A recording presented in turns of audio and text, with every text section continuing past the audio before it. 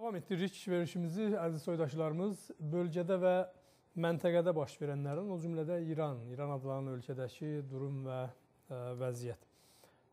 Son zamanlarda İranın iqtisadiyyatı ilə bağlı bir sıra fəsadlar ortalığa çıxmaqdadır və davam etməkdədir. Ona görə də bunun hər bir mövcud fəsadın bir səbəbləri var. İllətləri var ki, hansı səbəbdən bunlar baş verir. Ona görə mən istərdim maşallah belə ilk belə bir sual qoyaq ki, İrandakı mövcud fəsadların səbəbləri. Buyurun. Cavad bəy, vaxtı dövlətlər özləri bir şeyə etiraf eləyirlər, vaxtı özləri qəbul eləyirlər ki, dahi bir eyb həddən artıq böyüyübdür. Onu hər kəs istəsə üstün örsün ya tocih eləsin, əmələn özün bir etibar elər. Keçən həftə Tehranda bir böyük konferans qoyuldu. Ünvanı mübarizə ba fəsadıdır da, mübarizə ba fəsad idarə və Ruhaninin orada söhbəti deyir ki, vaxtı əsləhəni, pulu, interneti, ruznaməni bir nahadın ixtiyarında qoysan, bu Əbuzər də olsa münhərif olar, Səlman da olsa münhərif olar ki, aşkara mənzuru budur ki, burada fəsad sipahdan gəlir. Əlbəttə Keyhan onun durdu cavabını verməyə başladı ki, bu zidd inqilab üçün həmişə sipahın əlindən zərbə yiyibdir və düşmənan inqilab xaricilər həmişə sipahın özlərindən maneh görüblər siyasətlərinin qabağında. Ona görə bu sözləri deyirlər və sipah görən işlər abadlıq üçündür və onun nəqşi sazəndədir, inqilabdan difə eləmək. Bu, o tocih elədir. Bəli, vaqiyyət budur ki, vaxtı Ruhani gəlir deyir ki, da rişvət, fəsad zirimizidən gəlibdir, rumizi olubdur. Əmələn, yəni ümumiyyət tapıbdır. O adamlar ki, əxirən gediblər, gəliblər İrana söhbət eləyirlər. Keçən illə bu ili müqayisə eləyirlər. Deyirlər, məsələn, keçən il gənə bir müxtəsər zahiri hifz eləmək var idi. Bu illəri o da yoxdur. Əmələn tərəf deyir ki, əgər istəyirsən filan idari işi bir görəm, gərək rüşvət verəsən. Ya bir nəfər istəyir bir dənə qəraldat tutsun, bir iş görsün, bir saxtman düzəlsin, gərək rüşvət versin, bu iş əncam tapsın. Yap kiçik işlərdən tap böyük işlərəcən, hər şey fəsadla və rüşvə ilə əncam tapır. Bunun kökü hardandır? Birinci dəfəyə iqtisadi baxışdan desək, hər vaxt ki, iqtisad kullən dövlətin və ya şibh dövləti nəhadların əlində oldu, fəsada yer açılır. Fəsada yer açılır bu tərtiblə ki, tərəf dönmə müdürdür, qoyublar, məsul məsələn tolid, məsul tozih. O fəqət o mövqeyyətindən istifadə edir, öz cibini doldurmağa. Özününki də ora bilir ki, onu bir müddətdən sonra oradan götürəcəklər. Bir indi ki, fürsət mənim əlimdədir, cibimi doldurum o cürüsü. Yəni, dövləti, iqtisadi dövləti dünyanın hər yerində belə Adam Smith dövrəsindən, Adam Smith'in də nəzəri bu idi ki, istəyirsiniz iqtisad salim olsun, gərək iqtisadi dövləti hətta-hələ yetişər. Bəxşi iqtisad gərək xüsusi olan və onda tolid kunəndə və tozih kunəndə üçün öz cinsidir, öz malıdır. Ona can yandıracaqdır, biri də öz malından oğurluq eləməyəcəkdir ki. Vəli vaxtı iqtisad dövlətidir. Tamamı sərvəti məmləkəti verirlər bir adamın əlində. Deyirlər bundan filan şey alcınan, filan şey satcınan, filan şey yaycınan. O dərvağa əmval ümumunu qarət eləyir.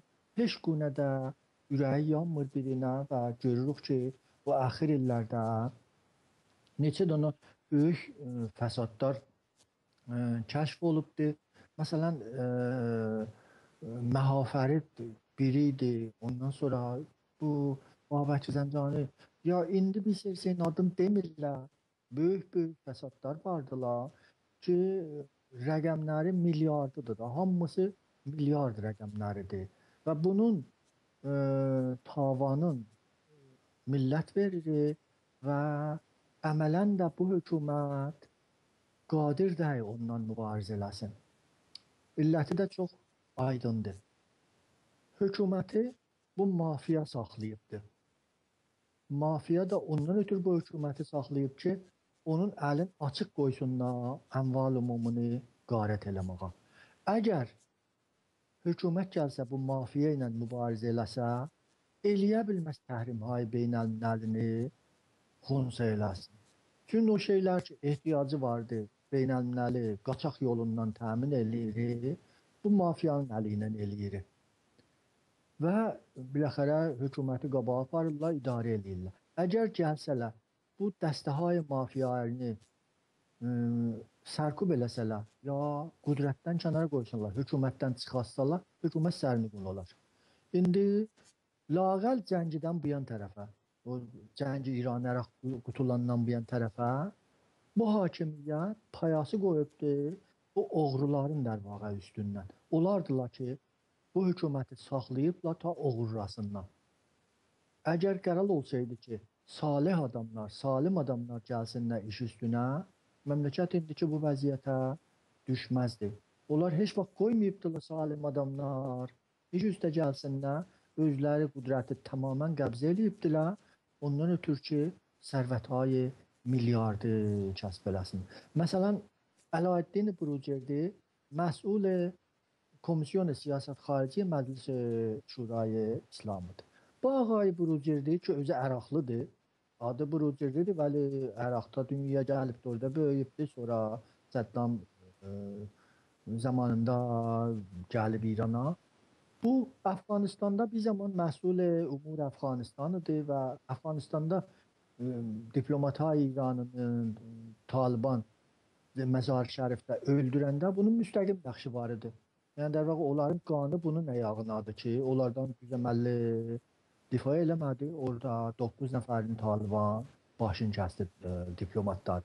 Ondan sonra bu siyasəti xaricidə elə radikal mövzəsi vardı ki, hər günə məsələn həmkari və saziş və qol özləri siyasət-i cahani ilə bu rədd edir məhkəməyə. Əxirən aşkar oldu ki, Tehranda bunun məsələn o burculardan var idi ki, neçə yüz milyar tümən ərzişi vardı vəziyyətində. Onu elə fürsətdən istifadə edib. Yəni bu adam gəlir bu radikal mövzəni tutmaqla və istilahı özü təhت ünvanı ki, istəyir İnqilab İslamdan difə eləsin. Əgər İnqilab İslamdan difə eləyirdi, o der vaxt həmin o qarətdən difə eləyibdi. Ondan difə eləyibdi ki, o sərvəti badavordanı ələ gətirsin. Adını deyirəm ki, müşahizat olsun da Əlaəddin Burucerdi məsul, özdələr Allah qoysa nümayəndəyə Tehran dindi. Bu bir nümunəsidir. O birisilər ki, çoxunun adı gəlmir. Ümumətən ya Ağazadədirlər, ya Sipahan fərmandehlərindəndirlər, yuxarıdadırlar. Mən qəbul edirəm ki, bir çox iddə Sipahda, bəhsizdə işsizlikdən gediblər ora, çörək qazanmaq üçün, zindəganlıq eləmək üçündür. Onların mənzuru deyil heç vaxt. Mənzur dərvaqa həmin o adamlardılar ki, bu hökumət, zalim hökuməti iş üstə saxlayırlar, ta əlləri açıq olsun, qarət eləməyə. Zimnən İranda misli tamam diktatori hökumətlər. Fəsad bir əbzar siyasıdır. Yəni bir adamı ki, gətirirlər, bir dənə məsuliyyət verirlər, onun əlini açıq qoyarlar ki, bu oğurlasın. Sonra ona hamısını mesela dosya düzəldərlər.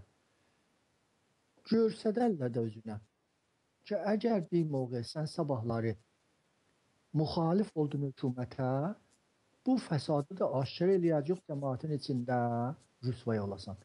Diktatori hökumətlər ondan ötürü ki, öz işlərindən onlara müxalif çıxmasın, ya iş başındakılar hökumətin qabağında durmasınlar, onu fasid edərlər. Onu özlərinə tay elərlər. həmişə onu bir vəziyyətə salarlar ki, millətin yanında etibarı olmasın. Ki, sabahları gəlsin, məsələn, başda oturanla müxalifət eləsin, desin, mən millətin hüququndan difə eləyirəm. Onda dosyasını açarlar, tökərlər qabağa, deyərlər, bu fəsad sənin, bu qarət sənin, bu zatlar, bu nə mənadır. Millətin yanında bir etibar elərlər, heç vaxt millət də o cür adamlara bel bağlamaz. Yəni, istəyirəm bunu deyəm ki, diktatorluqla fəsad bir-birindən ayrılmaz bir şeydirlər. Diktatorluq kamilən bir siyasi məsələ, fəsad bir siyasi əbzardır diktatorluğun davamından ötür. Və fasid adamlar da ondan ötür ki, onların o qarət mənbəyi həmişə qalsın, eləyə bilsinlər, əmval ümumunu qarət eləsinlər, həmişə o hökumətdən difə elərlər və bunu zülmlə bu hökumət az zamanda olsa davam tapar. Pəs İrandakı fəsad, indi Ay Ruhani gəlir edir, mübarizə bu fəsad ya rəis Qüvvəyə Qəzayyə deyir ki, Qüvvəyə Qəzayyə nümayişət eləməyəcəkdir fasidlərlə mübarizə eləməyə. Hamısı cəmaatı der vaqa sakit eləmək üçündür. Cəmaata bir növ yalan ümid yaratmaq üçündür ki, biz bu fasidlərlə mübarizə edir. Cəmaat görürlər ki, bir iddə tazə bir dövran rəsidə təbəqə cədid gecə yatıb səhər milyardər olubdur. Bu hardan qazanıbdır, bu hardan gətiribdir? Məsələn, o şik maşınlar, o əzəmətli asma xərəşlər, burcular Tehranda, yekə-yekə pasajlar, bunlar tərəf dünənəcən bir nəfər məsələn məmuli pastardır ya bəhsicidir, fəqət bir xatirin ki, xuşunət göstəribdir, hakimiyyətə xidmət eləməyə, əlini açıq qoyublar, gəlib o cür qarət eləyibdir. Nəhayətdə bu məsələ fəsad, bu hakimiyyət ondan mübarizə eləyə bilməz. Laricani, rəisi Qüvvəyə Qəzayyə deyir ki, Qüvvəyə Qəzayyə güzəşt nişan verməyəcək fəsada müqabilində. Nə cür eləyə bilər? Bəradəran Laricani əliboş Əraqdan gəliblər İrana, Əraqlıdırlar da, onlar İran hakimiyyətini indi keçirdiblərlərinə.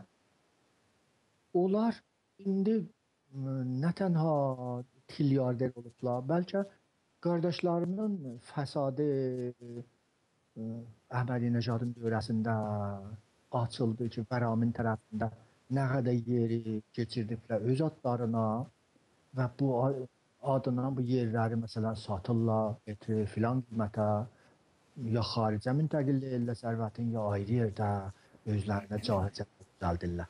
Ya o adamlar ki, məsul olublar, Cəngəlbandır, Mühitbandır, Mərtədardır, filan Behmandır, hamısı yalancı şeylər düzəldirlər, sənədlər düzəldirlər, icazənamə sadir eləyirlər, cəngəlləri satırlar, cəmaat orada villa düzəldir, gedirlər, özlərinə pay adamlar gedirlər orada, kax düzəldirlər, villa düzəldirlər, cəngəllər bu aradan gedibdir vəziyyətində. Televizyonda gəlib söhbət eləyibdir, Rəis Cümhuri istinad eləyir ona. Bir nəfər gedibdir, bir dənə yalan cəhli sənədin əsasından iddia eləyibdir ki, Fırudqah Mehrabadın yerləri mənimkidir və zorla mənim əlimdən şəxs zamanında alıblar, oranı tosaya veriblər, zəd eləyiblər. Və gedib dadgahdan bər əsası bu sənədi cəhli ki düzəltmişmiş, hətta hökmü təxliyə alıbdır. Yəni, gəl Fırudqah Mehrabadı tətil eləyərlər, daha bu ağazıdır. Sonra, vaxt iş yetişib bura, gediblər, təhqiq eləyiblər, görüblər ki, əslən o sənədi ki düzəltmişdir və əslə sənədi irsi, malikiyyət ora, o cəhlidir, hər yerdə pul verib, hər yerdə rüşvə veribdir, o da təyid eləyib, o birisi də təyid eləyib, yuxarısı da təyid eləyib, dadgah da təyid eləyibdir, dadgah alitər də təyid eləyib, o yerə yetişibdir ki, icazə təxliyə alıbdır ki, məsələn, gəlsinlər. Yəni, iş oraya yetişibdir ki, fəsad dəstgahın hər yerini tutubdur, gəlirlər bu sürətdə özləri üstün açılır. Mənimcə, bu hökumət fəsadla mübarizə eləyə bilməz. Çün mafiya mütəqidir, mafiya mütəkidir. Mafiya da ondan ötürü bu hökuməti saxlayır ki, əli açıq olsun, qarət eləsin.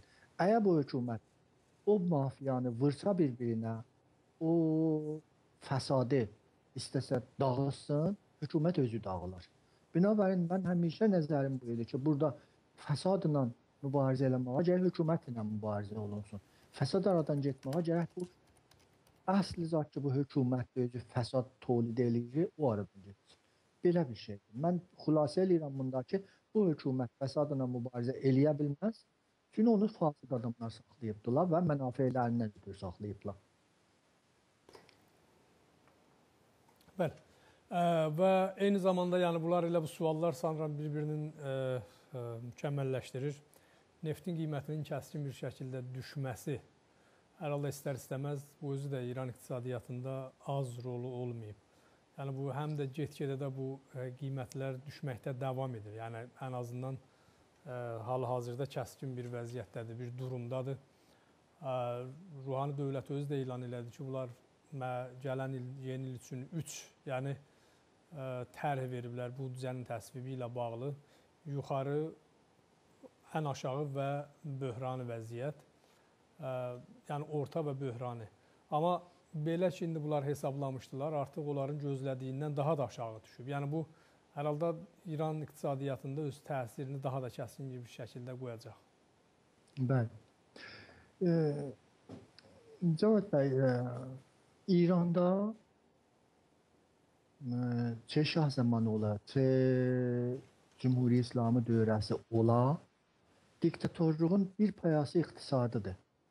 Yəni neft icazə verir hökumətə ki, neftin pulu ilə muzdur istihdam eləsin, silah təhiyyə eləsin və cəmaatı sərkub eləsin. Əgər bir hökumət olsaydı ki, onun umuratı millətin maliyyatın vəsiləsi ilə təmin olunaydı, onda heç vaxt bu vəziyyət qabağa gəlməzdi. Tamam nefti olan ölkələrdə bu hakimiyyət, der vaqa bu diktatörlük benoyi emal olur və diktatörlüğün rişəyi iqtisadısı vardır.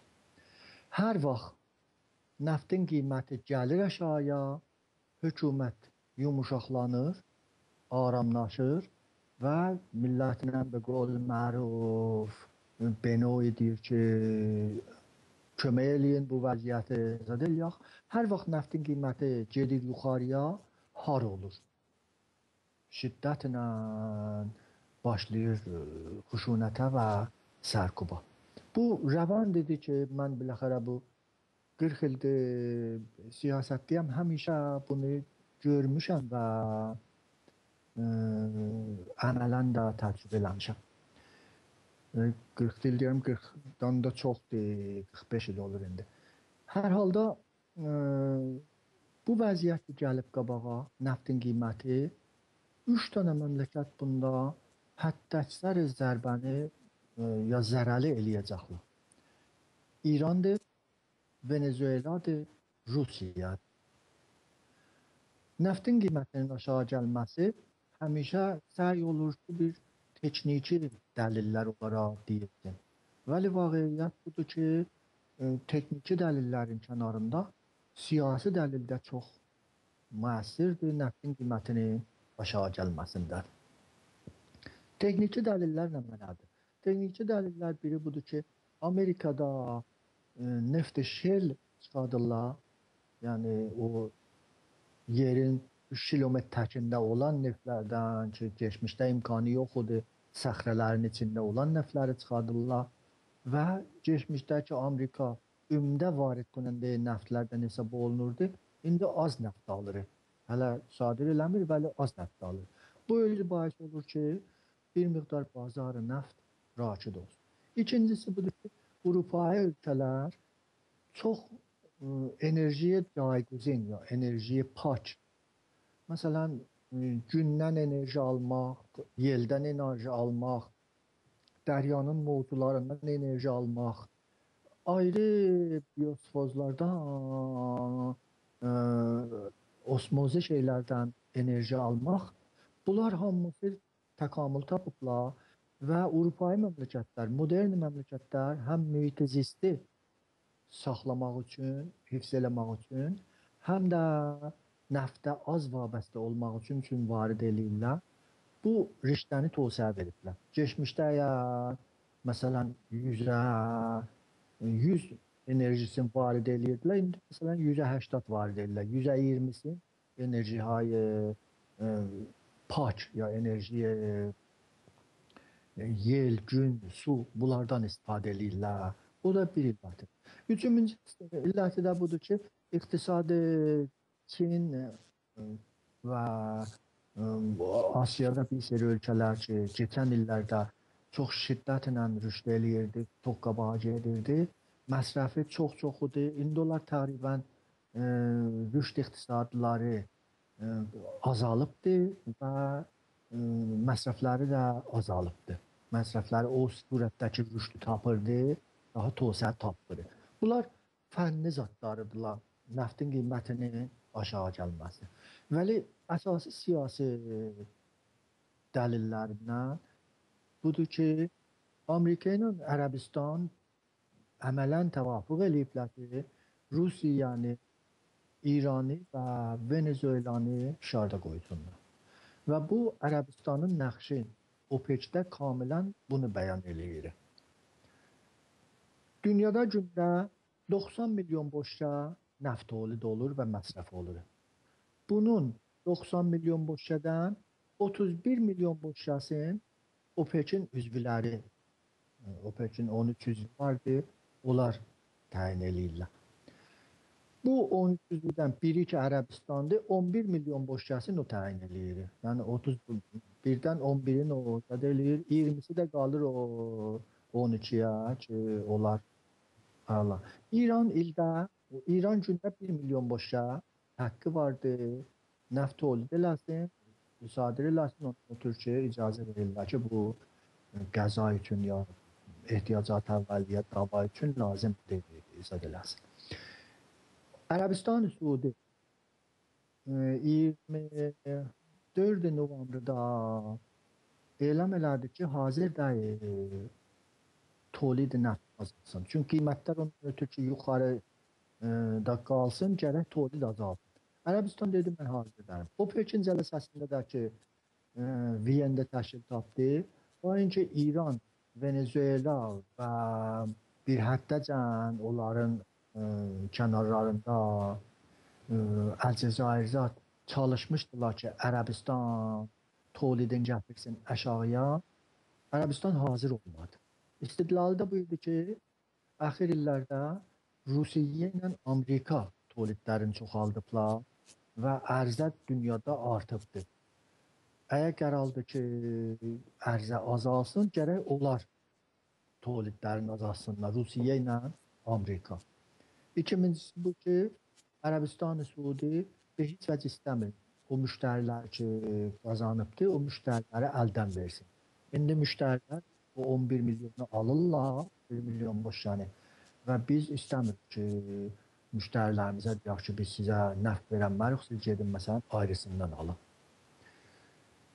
Bunlar Rusiyanın sabiq vəziri nəfti deyir ki, Amerika ilə Ərəbistan o həm təvafuq edibdilər, kamilən qiymətli nəfti sındırsınlar və hədəfləri budur ki, İranla Rusiyanı və onların bəstilah müttəhidi Venezuelanı bu rabitədə vadar eləsinlər ki, onların siyasəti ilə həmahəng olsun. Rusiya Ukrayna məsələsində Qərblə məsələ tapıbdır. Əxir illərdə də Rusiyanın rüşd iqtisadisi tamamən vabastə olmuşdu nəftlə qazın sadiratına. İndi bu məsələ Avropa ilə müşkül tapır, yavaş-yavaş müşkül yaradır. O yan tərəfdən də Rusiyanın nəfti Sibirdə, o uzaq məntəqələrdə çox yuxarı texnoloji ilə baha əmələ gəlir. Yəni, vaxtı nəft 70 dolardan aşağı satılır, daha şirkət ayı nəftiyə gedib Rusiyanın nəftində sərmayə güzarı eləmək sərf eləmir. İndiki nəftin qiyməti boşada 115 dolardan yenib gəlibdə 60 dolara. Hətta pişbinlik olur ki, gələn il bundan da çox aşağıya gəlsin. Hətta söhbət var ki, mümkün də 43 dolara yetişsin nəftin boş şasının qiyməti. 115 dolar, 120 dolar hara, 43 dolar hara. Təqribən 7 seviyə olur qiyməti neftin geçən ilə nisbət və İran, Venezuela və ta əndazə Rusiya ki, iqtisadları kamilən vasitədir qadratın nəftə, bu rabitədə şədidən fişar altında qərar tapırlar. Hətta İranda çörəyin bahalaşması müstəqim rabitəsi vardı neftin qiymətinin aşağı gəlməsi ilə. Venezuelada, İranda cəmaatı sakit eləmək üçün, etirazın qabağını almaq üçün gətirirlər, yaranı verirdilər. Neft pulunu der vaxtda tökürdülər hesablara. Ki, bu az nəzəri iqtisadi qələt bir siyasətidir və indi o yaranı götürsələr, cəmaat ki, adət eləyibdir, ya əslən cəmaat bərnamə zindəcanlığın bir cür edib o yaranəni kəssələr, mümkün tərəf çörək ala bilməsin, yavan çörək ala bilməsin. Nəhayətdə, vaxtı neftin pulu gəlir aşağıya, bu yaranələri verə bilməyəcəklər. Necə ki, Venezuelada yaranənin bir bəxşini götürüblər, indi təqribən furuşqahlar hamısı boşalıbdır Nəvadlı Qəzaydan. Cəmaat müntəzirdirlər ki, məsələn, qəhti kimi bir şey gəlsin, alma çox alıbdırlar və indi növbət, hər şey yavaş-yavaş Kopeniyə geçir orada bir seyri ehtiyac. İranda da ondan az fərqli, vəli bu ehsas olunur ki, istəyirlər yaranələri həsb eləsinlər və dövlət və hər hal məcburdur bir seri o cəmaatın etirazının qabağını almaq üçün onlara müstəqim kömək eləsin. Çünki Avropai məmləkətlər kimindər ki, təmini ictimai olsun və qanun üzü ilə haqqı bikarı versinlər, ya haqqı ümumi şəstəci olsun, ya haqqı əskarıfdarda ki, minimum zindecanlıq təmin olsun, yoxdur. Elə yaranı verirlər, tərəf o minimum zindecanlıq təmin eləmək üçün. Onu kəssələr, cəmaat acqırsa da onun qabağını almaq olmaz. Ərəbistan در واقع آمریکا ilə təvafuk ondan ötürü ki, İran iqtisadi ləhazdan həddən artıq fişarda qərar tapsın. 7 aydan sonraki qoyubdular təvafuqun nəhayı. O vaxtda müqaviməti sifrə yetişsin. Heç vaxt eləyə bilsin. Mesela buynuz görsəsin və Amerika ilə müzakirədə bir seri artıq imtiyazat istəsin özü ilə. Və nəzərə yetişir ki, Ərəbistan ki, həmişə Amerikaya deyirdi, İranla təvafuq eləməyin. Amerikalılar deyirlər, əgər istəyirsən İranla təvafuq eləməyək, sən özün gəl meydana xəşləclə, nəfti və lacına. Çünki Ərəbistanın, İmarat-ı Müttəhidənin, Qətərin o qədər zəxirə ərzləri var ki, 10 ildən qiyməti gəlsə ya fəqət həzinəyə istixracla satsalar, 30 dolara da satsalar, müşkilləri yoxdur. Çünki onların o zəxirə ərzləri var, o sərmayəgüzarı ayrı işlərdə eləyibdilər ki, müşkilləri yoxdur. Vəli İrandır, Venezueladır, Rusiyyadır ki, tamam hesabları və büdcələri nəftin üstündəydi. Bu rabitədə fişar altında qərar tutulurlar və bu bir növ təsmim siyasıdır ki, Cumhuri İslamının rəftarın əvəz eləsinlər. Çünki Cumhuri İslamının özünü əvəz eləməyə cənginlə feylən təsmimləri yoxdur. İstəyirlər fişar iqtisadı ilə bahis olsunlar ki, bu rəftarın dəyişsin və o gərdənkeşli o surətdə eləməsin. Bunun qiymətinin, məntəqədə qiymətinin aşağı gəlməsinin bir bəxşi də demək olar ki, o qaçaq ki, rəvac tapıbdır və Cumhuri İslamı o rabitədə özü müqəssirdir, nəxşi var idi. Daesh ki, həm məntəqəyə Deyr-i-Zurun Suriyədə nəftin istixrac eləyir və həm ətrafı Mosul tamamı çahay nəfti onun əlindədir. Bir seri mühəndisliyi nəfti dövrəni Səddam və hətta əxir dövrəndə qalıb orada işləyirlər. O nəfti qaçaq surətində ruznamələr, Fransa ruznamələrinin yazdığına görə 12 dolara satılır. Qaçaq nəfti və xəridarları da düzdür bilirlər qaçaqdır. Vəli kimə satır? Suriyenin özünə satır. Lübnanda satır. Türkiyədə satır. Kürdistanda əxirən bir yekə band Kürdlərdən dəstgir eləyiblər 30 neçə nəfər ki, işləri buyurmuş ki, Daişdən ucuzlu neft alırmışlar 12 dolara və satırmışlar ayrı qaçaqçılara məsələn 2 bərabər qiymətinə o cürüsü. Və İran özü də bu rabitədə alud oldu. İranın da bu məsələdə həmin neft ucuz alsın, ayrı adama vasitə surətində satsın, əli vardı. Yəni bu da bir illətidir. Əlbəttə Ərəqla da Libya'nın tolidi gedib yuxarıya, geçmişdə bunların təqribən tolidi qət olmuşdu. Bu da bahis olubdur ki, bazar cahanda neftin qiyməti yensin aşağıya. Və çün proje bu da əlarəğmi ki, Ərəqda və Libya'da cəng vardı. Vəli neft ikisində də tolid olub və tosəyə də tapılır. Və bunların tosəyəsi kamilən qabil kiçbinidir. Ona görə banklar ki, qiymətləri gələn ilə indidən pişbinlik eləyirlər. Bir eləyirlər ki, neftin qiyməti gələn il 60-dan da yenəcək aşağıya və dövlətlər ki, büdcələrin yuxarı zəqdə qoyurlar ki, büdcə ilə müvaciə olacaqlar. İranda neft hakimiyyətin həm nöqtəyi qüvvətlidir, həm nöqtəyi zəiflidir. Qədim o nəqəllərdə deyərdilər ki, devin canı şüşədədir. İran hakimiyyətinin də canı neft boşyasındadır. Neft əgər bir gün qəti surətdə almayalar İrandan, imkanı yoxdur ki, hökumət eləyə bilər, davam gətirir. Hələ feylən müdafiələri icab edir ki, bu hökumət alsın, ona görə çox alırlar və verirlər ki, gündə 1 milyon düşə sadir eləsin və onun müqabilində Çindən, Hindistandan, Türkiyədən bir seri kalayı əvvəliyyəni varid eləsin. Bəli, maraqlı idi. Maşallah bəy, çox təşəkkürlər. Və mən istərdim ki, bu arada yəni həm də gündəm olan bir məsələ var, Ərbəyinlə bağlı. İmam Hüseynin 40 ilə bağlı İranlıların, yəni bilmirəm, indi hər halda dövlətin yəqin ki, birbaşa təşəbbüsü ilədir. Təxminən milyon yarım, belə deyək, 1 milyon 400 və yaxud milyon yarıma yaxın insanların axın etməyi, yəni İraqa, o bəhanə ilə ki, İmam Hüseynin qəbrini ziyarət edirlər və İmam Hüseynin 40-ında iştirak edirlər. Amma bu inanılmaz bir rəqəmdir, yəni çox böyük bir rəqəmdir və təbii ki, İran dövləti də bunu işıqlandırdı. Bəzən, məsələn, bunlardan himayət elədi yollarda filan da. Çünki buradan təyyarə ilə gedən var, otobusla gedən var, piyada ayaqla gedənlər var. Bunun arxasında nə dayanır? Yəni birdən-birə belə bir vəziyyətdə ki, İran bilir, yəni İraqda Daeş kimi bir hökumət İslami var və onlar şiyələrin qanına yəni susuzdular. Əllərində imkanat var və hər iş görə bilərlər, belə bir imkanatı var.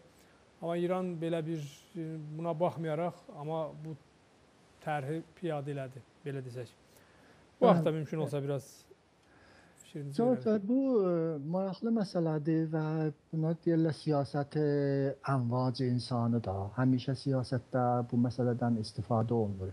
Əgər analiz eləyənlər siyasət Cümhuri İslamını keçən həftələrdən diqqət eləsəydilər, tamamı der vaqa diplomasi İran bəhsic olmuşdu ki, şiələri Əfqanistandan, Pakistandan, Bəhreynidən, hətta Hindistandan, İslam məmləkətlərin hamısından və İranın özündən bəhsic eləsin və qərarları da bu idi ki, gedirik Kərbəliyə Ərbəyin günü. O cür ki, vəzir daxili Əraq elam eləyibdi bu günləri, در حدود 20 milyon zair var Kərbəliyə tərəf gedirlər. Bunun 16 milyon nəfəri Ərağın özündəndir, 4 milyonu xaricdəndir. Və bu 4 milyon içində siz buyuran kimi hüdudu 1 milyon yarımı İrandan gedir və xəzinəsini də Cümhuri İslamı təmin eləyibdir. Yəni, məsələn, şəhərdari Tehran Kərbəlada ehtiyacat əvvəliyyəni təmin eləyibdi. Behdaşti məsailə, su, qəza, məsələn bir miqdar nəzafət şeylərin məmuriyini در واقع şəhərdarı gedib ora. O yan tərəfdən tamam نیروهای که hakimiyyətin siyasətinin altındadılar. Həm از بحثی خانواده şühəda انواع نهادهای انقلاباتی که qoyubdular, hamısın dövlətin büdcəsi ilə به اصطلاح onlar ki zəruri idi təyyarə ilə, vəli ümumən otobusla, şəxsi maşınla və bir sirə hətta mərzə yaxın olanlar piyada bunları hidayət eləyibdi Əraqa tərəf ta orada bir به اصطلاح hərəkət göstərsinlər. Daesh bu məsələni təqib eləyirdi. Ona görə də dünənləri Kərbəliyə neçə dənə muşə atmışdılar, xumpara atmışdılar. Bu günləri zahirən dövlət tərəf eyləm eləyibdi ki, bir seri məvad münfəcirə ki, qəralıdır, şillik olsunlar Kərbəliyə, onları kəşf eləyib, qunsə eləyibdi və indiyəcən bir hadisə ki, tələfat olsun, əncam tapmayıbdı.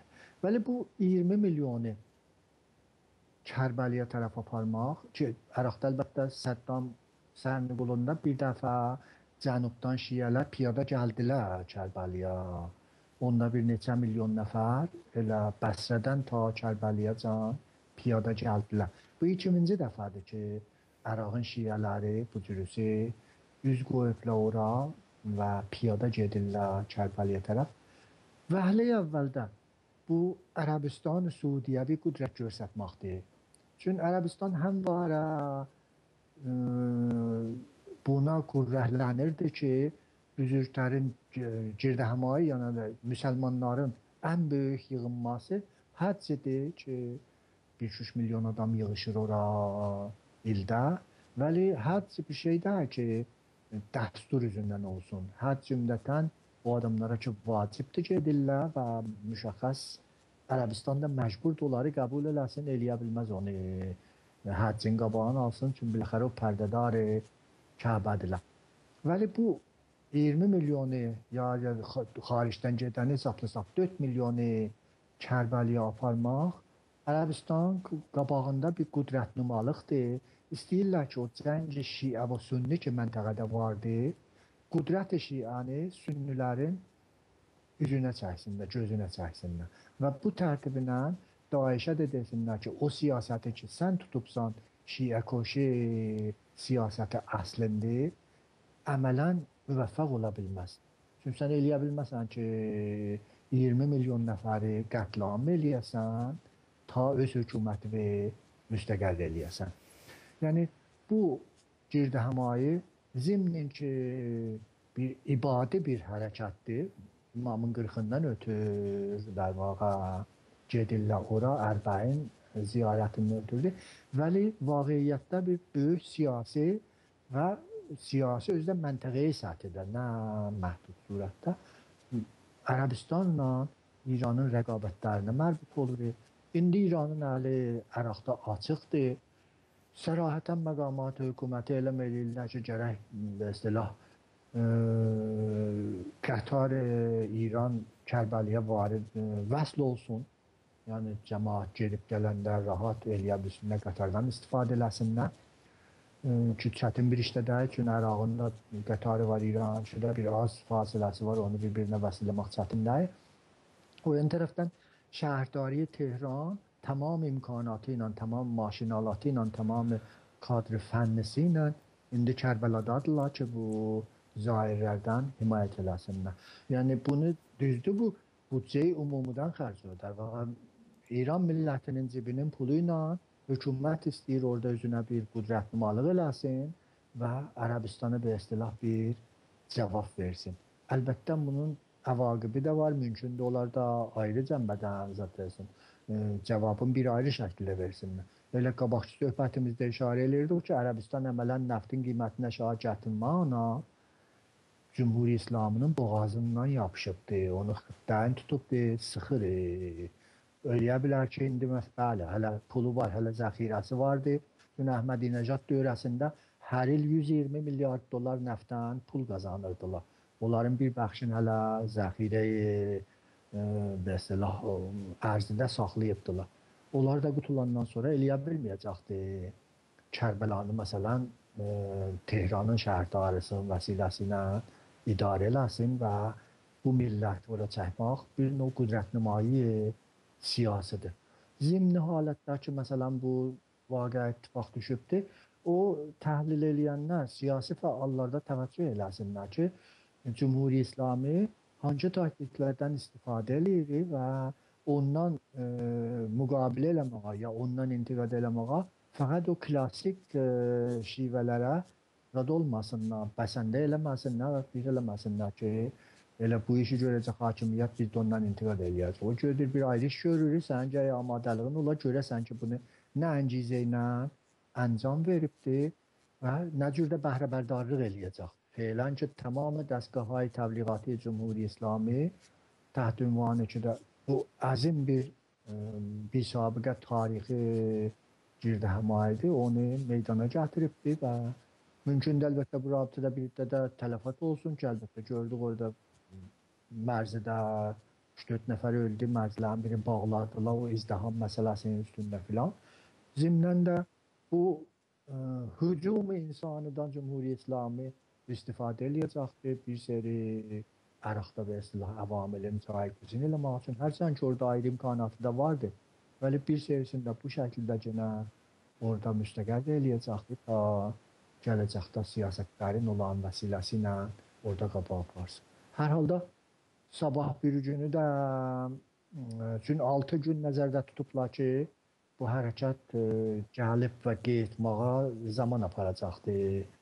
Bu gərək bu 6 gün geçər, sonradan bunun nətaicinin üstündə artıq söhbət eləmək olar. Bu gün feylən bir hadisədir və bir siyasi hadisədir. Rəqabət beyni İran o Ərəbistan və qüdrət nümayi Şiə dər müqabilə Sünni.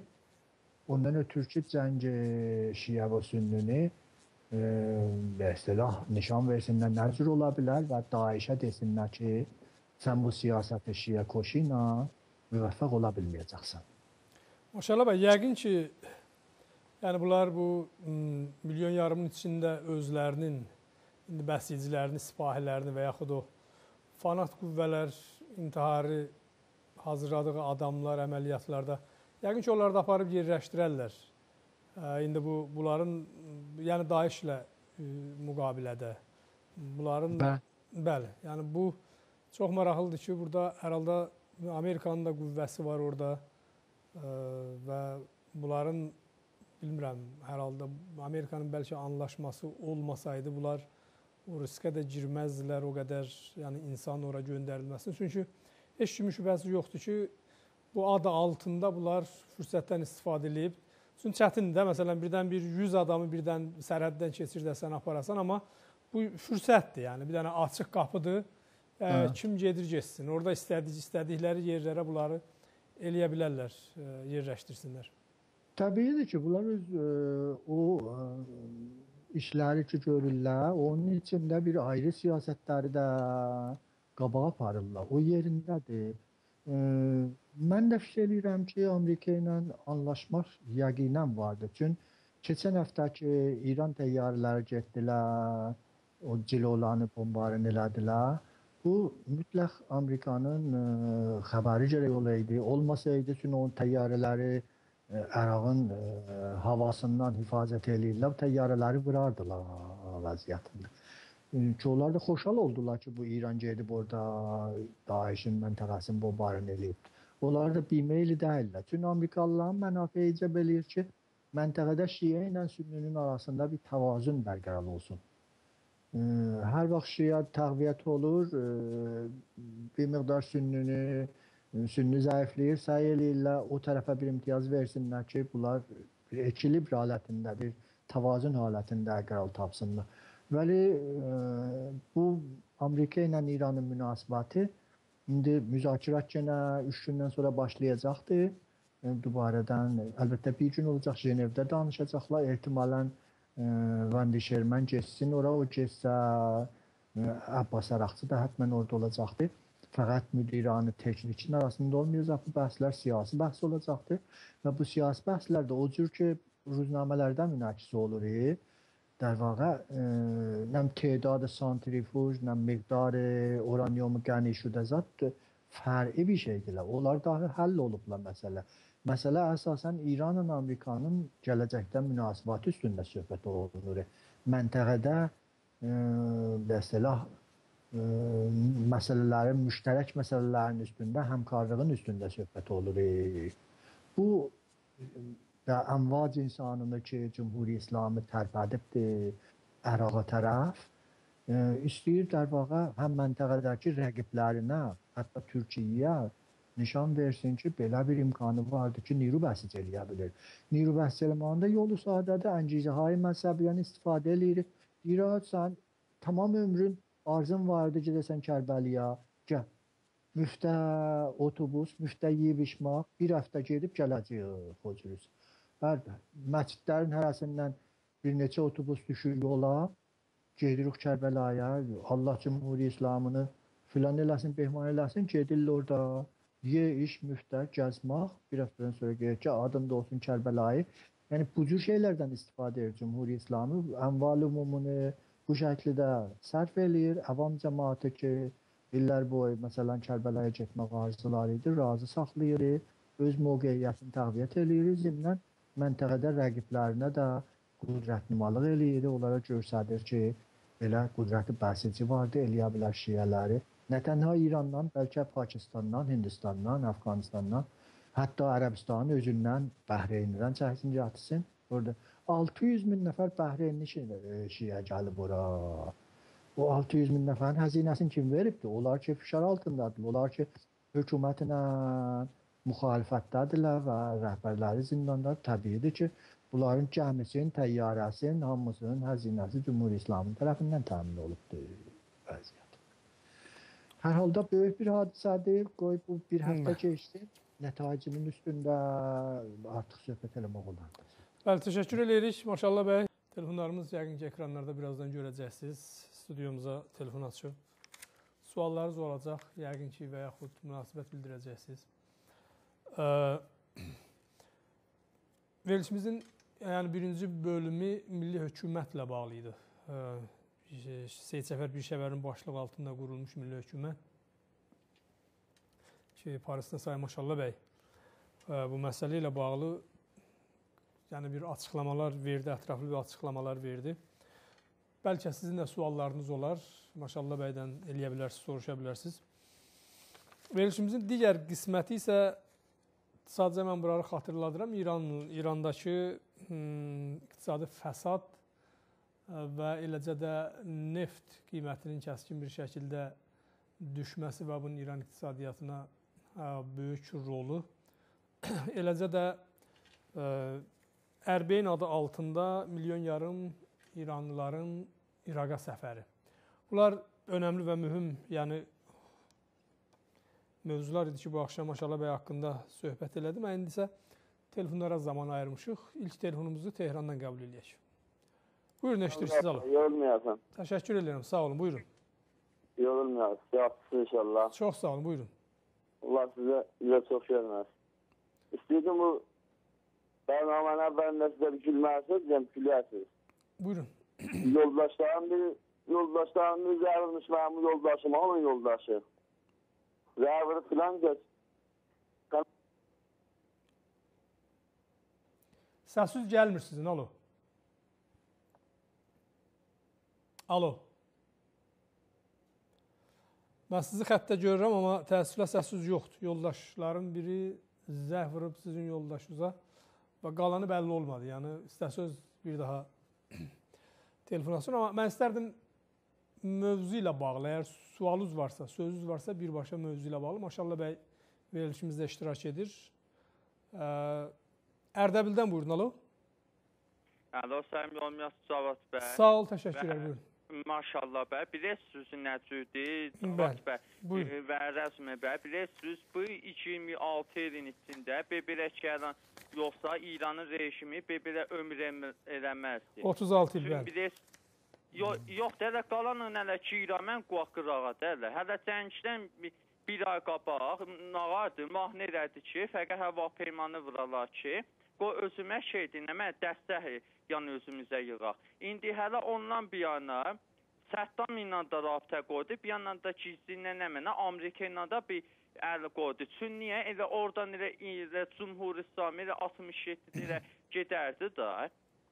Yoxsa ta gəlib bir yerə çıxıb. Bir yandan da şans atdı, Şurəvi dağıldı. Lap atom bombuna da əl tapdı.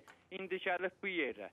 Ondan sonra fəqət indi nə rejimin özü dəstəkləyənlərə nə dizələri var, nə öz təranlarına. Fəqət nə millətin dizələri ki, özləri əslən bir bədbəxt olublar əslən bunun içində. Bir də fəqət bu düzə deyim ki, məsələn, məlan ki, bu rejimin ki, öz adamları var. Bu əlan elə bir yəni, məsələn, dünya ilə, qərbi ilə, yəni bunlarına ayrı elə, araq dəyivir elə bir-birinə, hələ öz təranları, onları qoqırağa, özləri yəni araq atışır elə fəqət bir-birinə. Fəqət bunu sabahlar da ki, hamı fəqət gözləsin ki, sabah, məsələn, Əfqanistanın Taliban rejimi var idi, ondan sonra onların əllərinə əsləhə verdi ki, nə var, bu hamı qoqurur. İndi bunlar da sabahları. Özləri gedəndən sonra əsləni verəcəklər burara, calasüzdə əsləhələr zadı işlədir, samını qurur, bizə də qənim olsunlar. Bir sualınız var? Bir dənə sualım var. Mən özüm kitabxananın ozvuyam. Elə zalibdir ki, onun Höccət bəy Haşiminin dostu o kitabxanada işdir. Aya, bu belə ki, məqalə yazıba pişəvəriyyət olar. Bunların o yazdığın sözləri düz ya yalandır, sözü yaşasız anlamada xudar. Sağ olun, çox təşəkkürlər. Buyurun, Tehrandan alıb.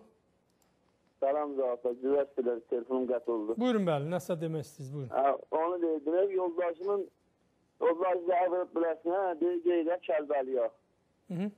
Deyir, mən Kəlbəliyə getməyə köylüm yoxdur, filanmısa. Ondan sonra bir gəldi, buna deyib, pulun var verəsən, mən gedəyəm. Deyib, bəlkə pulun yoxdur, arvad şahımın xərcini verəsən, sən Kəlbəliyəyə gələkdə alırsan, bağışlayacaq bir ədəb danışıram. Onlar az deyirəm, benim azızdan ölüsünüz, bədbaxtlar. Arvad şahı sürə tapanmıyor, yolçuluğa çıxırsınız. Özdə biz İmam Hüseyin'e qurban olma, İmam Hüseyin'in ərzisi var yerində, İmam Hüseyin'e bir adətimiz çoxdur. Bəli, yerində İmam Hüseyin'in sən az oldun, az adamın din olar, az adamın iman olar. Haklısınız. Özü ayrıca yolçuluğuza bir də hələ İmam Hüseyin ayırırız. İmam Hüseyin deyib, bədbəxt olur. İmam Hüseyin deyib, hər kəs mənim, Əzət Əli deyib, İmam Hüseyin deyib, mənim şiyəmsiz, həqqizdən gələk tifir yəsiz. Həqqizi yesələ, dinməyəsiz, lal qılasız, mənim şiyəmdə əysiz. Aydındır, çox təşəkkürlər. Qurban edirəm. Çox sağ olun, təşəkkürlər, sağ olun. Sarabdan buyurun alın. Salam Cəvat bəy. Əleyhissalam. Buyurun. Bərnamızdan. Mən tamam sözləri siz buyurdunuz və bizim profesör maşallah rəzmimiz şəhər verdi. Mənə sual yoxdur, fəqət istəyirəm maşallah bəyim bu zəhmətindən fəqət eləyə biləm, təşəkkür eləyəm. Mən qazasını alıram o maşallah bəyin. Çox təşəkkür edirəm maşallah bəy. Vaxt qoyursunuz, insaniyyət xərcə verirsiniz. Biz Azərbaycan millətini olar ki, bilmirlər, onları hüquqlarına anlaşdırırsan. Çox təşəkkür edirəm. Günaz televizyonunun çalışanlarından, İnsaf Əlidən, hamıdan və Ujala xanımdan, Əhməd bəydən, hamızdan təşəkkür edirəm fəqət. Sağ olun. Siz də sağ olun.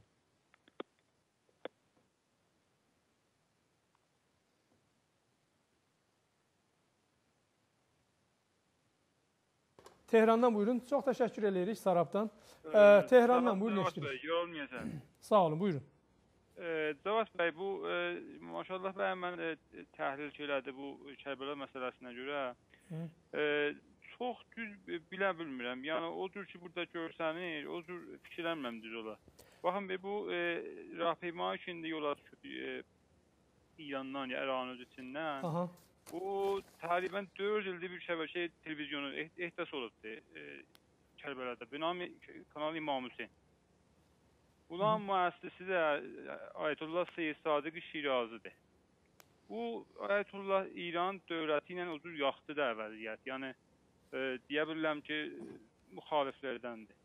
Bu çoxraq onun təbliğatıdır ki, bu cəmaat gedir. İran da düşüb bunun tələsinə. Fikir edirəm, gənə bunun qabağını alacaq. Yəni, deyə bilirəm ki, İran bu məsələdən sui-istifadə edir, mərzilərin bu cür açılmasından. Məsələn, nə sui-istifadələr edir? Baxın, indi fikir edeyim, məsələn, çox adam fikir edib, əslən kartı milli ilə çıxır gedir dəyə. Pasport da vermiş. Üsüz nəzir deyirəm, yox, qabaqdan elədən başladı, qaçaq keçsin, amma indi rahat gedir dəyə.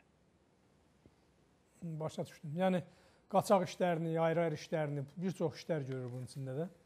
Bəli, İran əslən amadələri yoxdur. Mən qətiyyətən sizə qol verirəm, bu genel İran qabağını alacaq məsələn.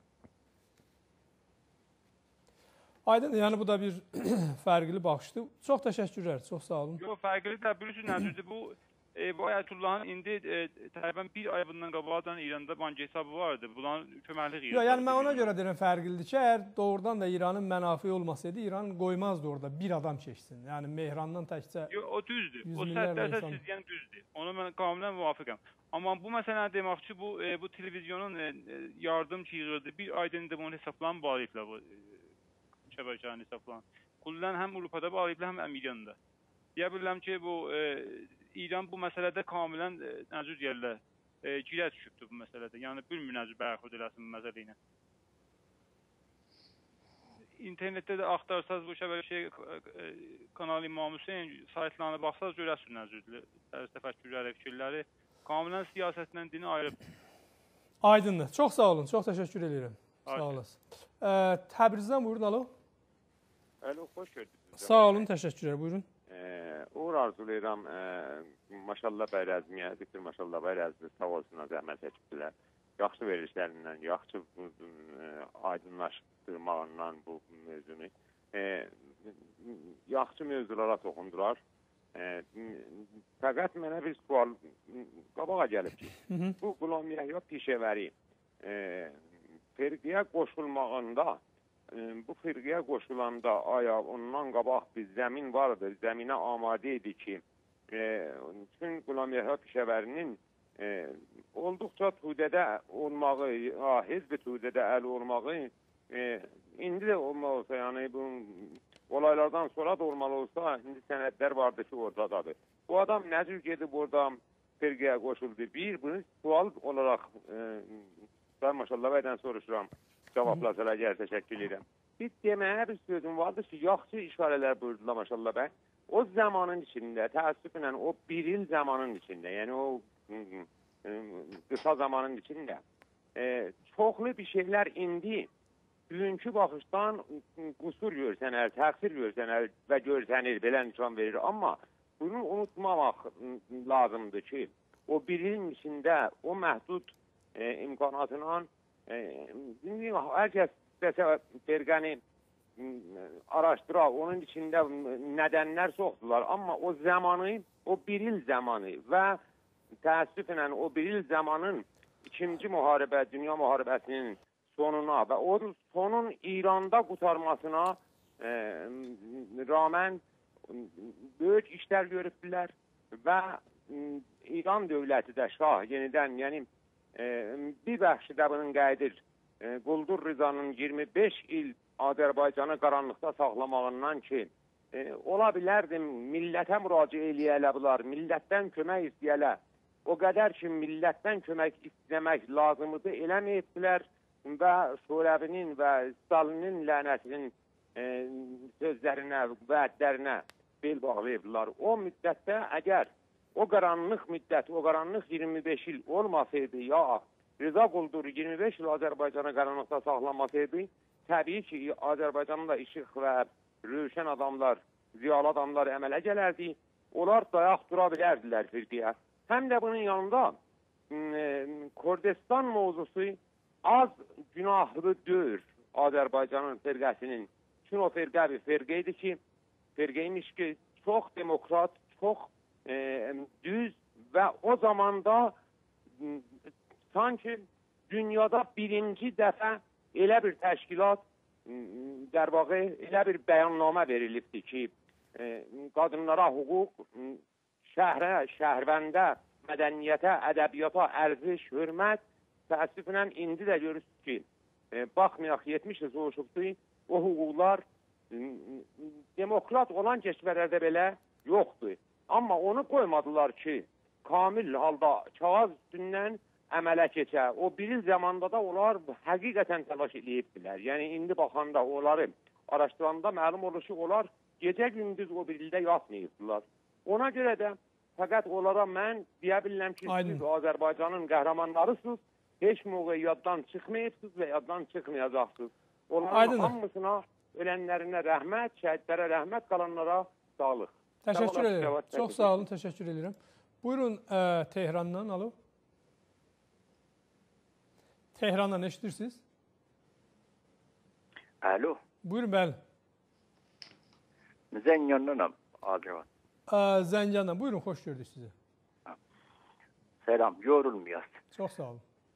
Cavat Bey, mən bu saatimiz maşallah Rəzim Bey'dən bir sualım var idi. Bu Zənganda, bu firqə qəziyyəsində mən bu Zulfuqariciliyin nəxşiləri nə vəzdə idi, nə şəraitdə idi. Bunlardan çox burada təqdir, təmcid olur. İstirdim görən biləxərə aya Zulfuqari burada bunların əleyhinə nə hərəkətlər, nə muvafiq idi, müxalif idi, mən istirdim biləm. Bir də bu fəsad qəziyyəsində çıxıb əlhəmdə Hamzadə öz sərahəti ilə buyurdunuz ki, Hamzad muhrəzdir bu millətə. Olmayan bir zatdır. Bu həll olan bir qəziyyədir. Sizdən çox təşəkkür, əliz qoluz ağrımaz. Sağ ol, zəng elədiniz. Təşəkkürlər. Buyurun, Maşallah bəy. Hələlik telefon qəbul eləməyək. Maşallah bəy, buyurun. Ben sualların bir serisi firqiyə mərbutdur. Bir serisi də bu rahpeymayı ki, dostumuz bir məsələni mətrəh elədi. Əlbəttə o Ayətullah Şirazini ki, deyiri, məsələn, müxalifdir hökumətinə. Biz o hökumətin müxalif mollaları nisbətən tanıyırıq. Cumhur İslamının o opozisyon ruhanilərini tanıyırıq. Vəli üçün Cumhur İslami həmsaya qonşu ölkələrdə çox Vietnam olubdur, çox pis ad çıxadıbdır. Gahən bəzi ruhaniləri orada mərif eləmək üçün bönvanı müxalif Cumhur İslami onları meydana gətirir. Yəni Cumhur İslami bir seri qondarma opozisyon dözünə düzəldir. Əraqda bir bəhsic vardı, indi onlar müsəlləh də olubdular. Adları Əsaibül Həqdir.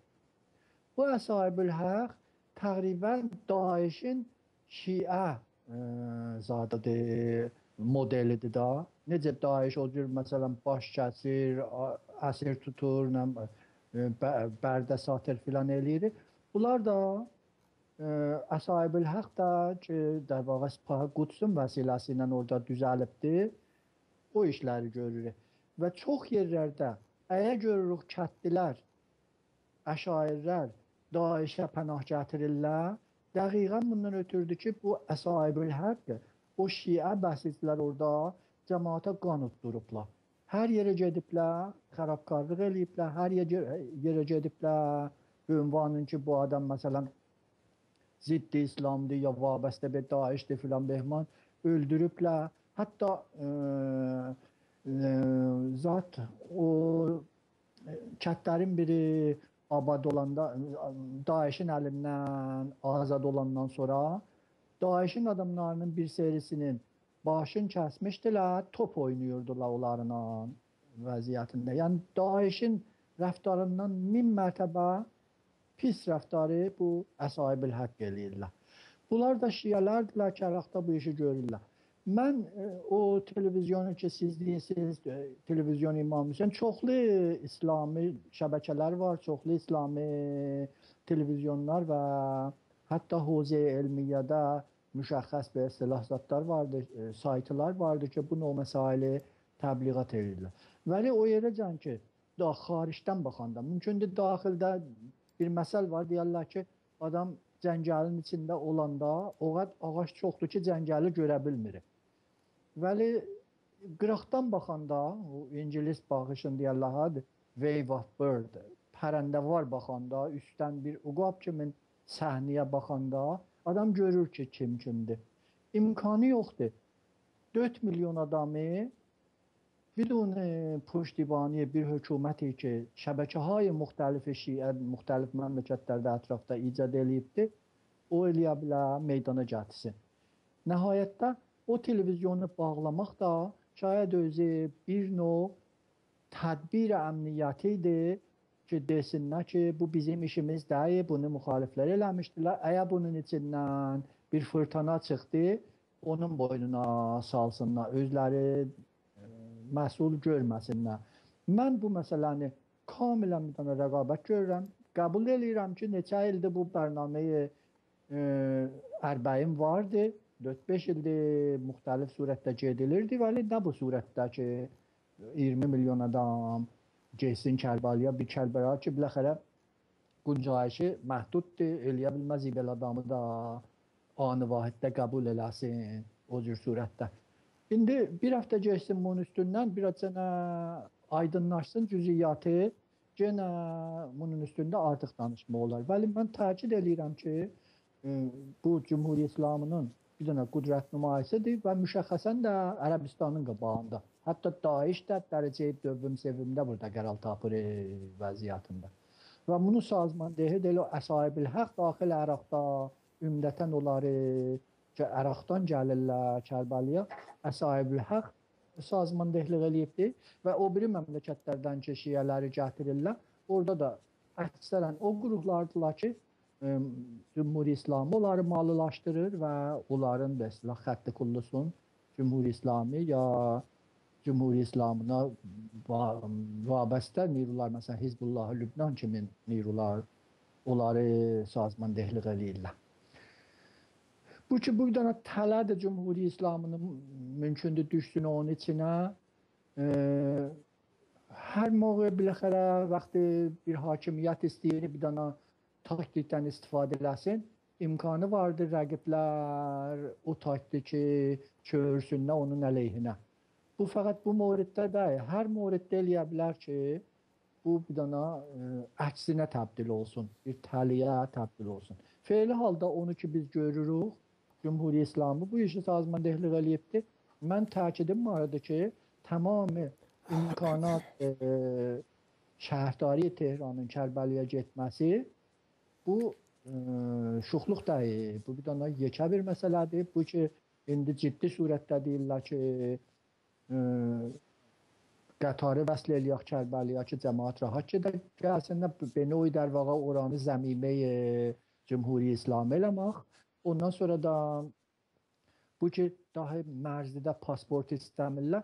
Daeş həmin işi görür da. Daeş deyir, bu mərzilər ki vardı, məsnudurlar. İslamda da mərzi yoxumuzdur.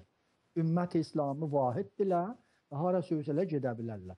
Daeşin işində Cümhuriyyət İslamı görür. Yəni, bidon pasport icazə verir ki, məmləkətdən biri çıxsın və məmləkətə qeyilsin.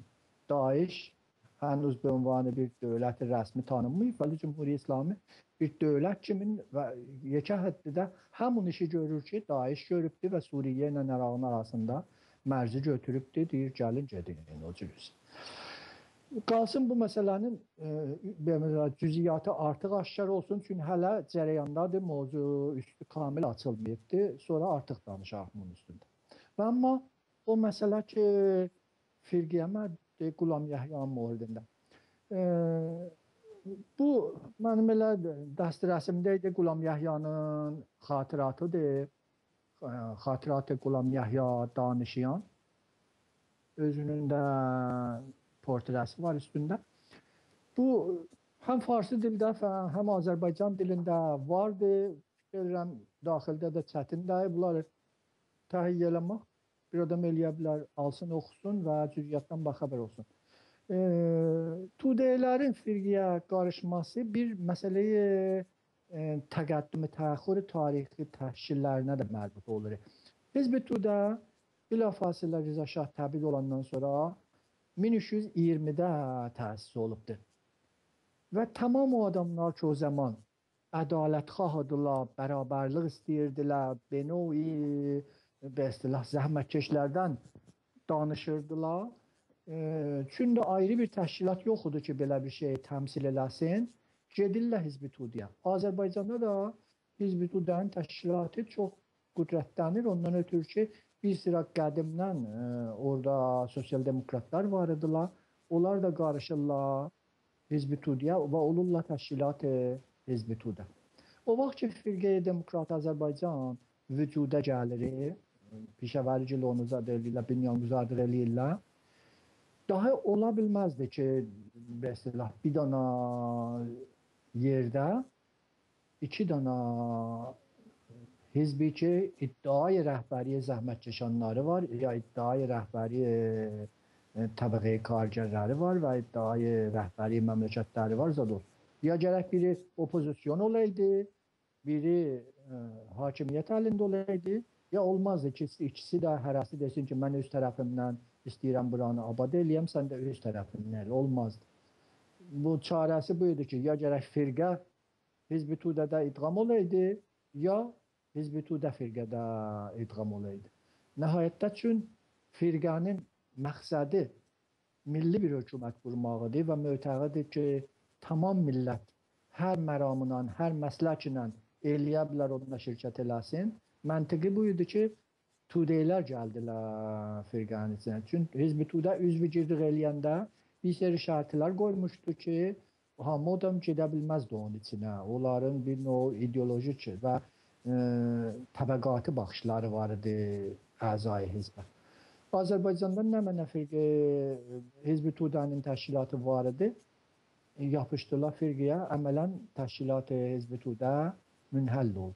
Və o girayişi ki, firqənin içində var idi, deyirdi, biz gərək həmişə İranından qalaq, ümdətən bu kanaldandır. Çünki rəhbəran Hizb-i Tudə həmişə hədəfləri bu idi ki, biz fəqət Azərbaycanı sosialist eləməyək, biz gərək tamam İranı sosialist eləyək. Və onlar şədidən müxalif edirlər. Hətta bir növ paniranizm qəliz rəhbəran Hizb-i Tudənin içində var idi və به نوعی رهبریت فرقیه də bəzisi daxil olmuşdular Azərbaycanda. در hər hal, Qulam Yahya da o adamlardandır ki, qabaqcan üçün Hizb-i Tudənin orada təşkilatı var idi.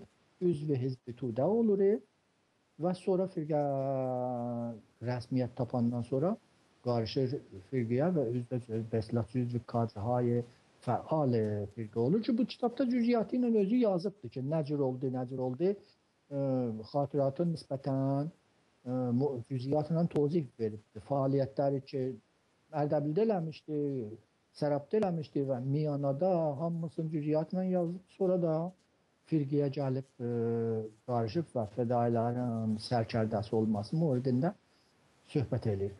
Bu, əlbəttə buna bir İrandakı müxalifət görsənir. Çox deyirlər ki, bu amil şurəvi idi və gəlmişdi, kəndləri təhrik eləyirdi, orada qiyam dehqanı yaradırdı, filan eləyirdi.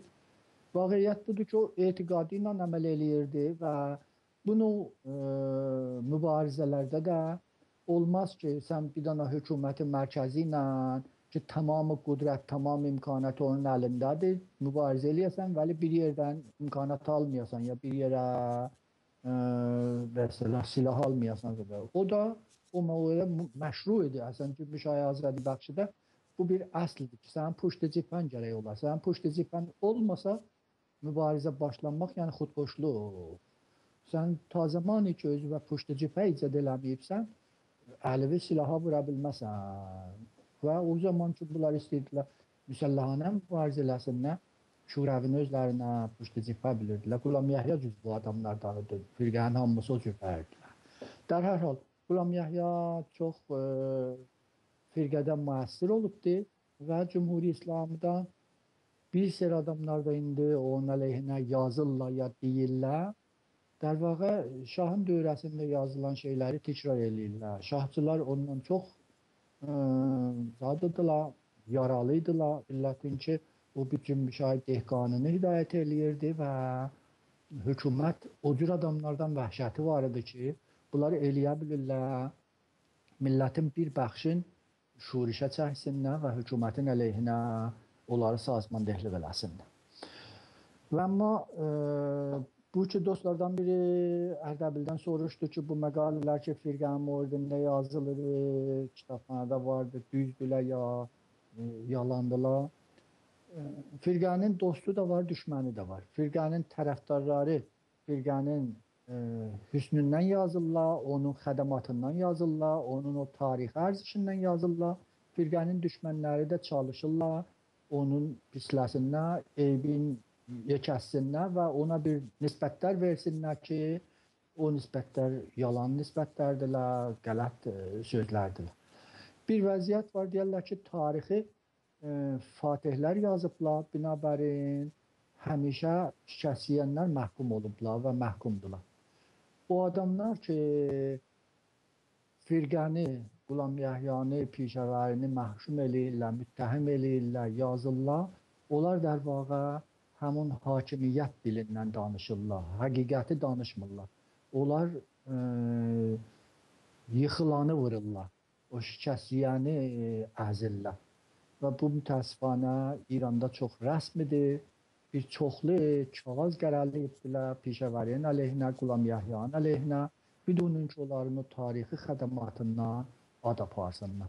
Hər halda bir millətin qəhrəmanları o rəqib millətin ziddi qəhrəmanlarıdırlar. Təbiidir ki, İranda da əleyhi Qulam Yəhya, əleyhi pişəvəri və əleyhi firqə demokrat çoxlu şeylər yazırlar, vəli gərək aqil adam imkanı olsa hər iki tərəfin yazılarını oxusun, ya əgər dəstərəsi yoxdur, o düşmən yazan şeylərin xəttlərin arasında oxusun, həqiqəti oradan kəşf eləsin. Amma o Zülfüqarigilin məsələsi. Zülfüqarigil der vaqa bir növ Zülfüqari Zəncanda bir malikidir, feodalıdır, Zülfüqari tayfası orada özləri zülmükar bir ərbabıdırlar, feodalıdırlar. Mərkəzi hökumət bunları müsəlləh eləmişdi və onlar firqənin əleyhinə cəng eləyirdilər, əməliyyat partizanı əncam verirdilər.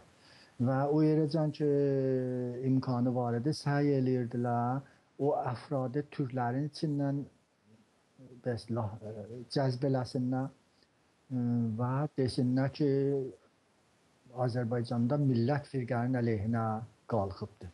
Bir şəkil var ki, orada Ayətullah Talqani ki, Cümhuri İslamının dərvaqa cüzve əvvəliyyə bünyanguzarlarındandır. O zaman cavan idi, əlində tüfək vardı, bir əlində də Quran vardı. O Zülfüqarilər firqə ilə mübarizəyə gedəndə, cəngə gedəndə Ayətullah Talqani ki, onda cavanmallı idi.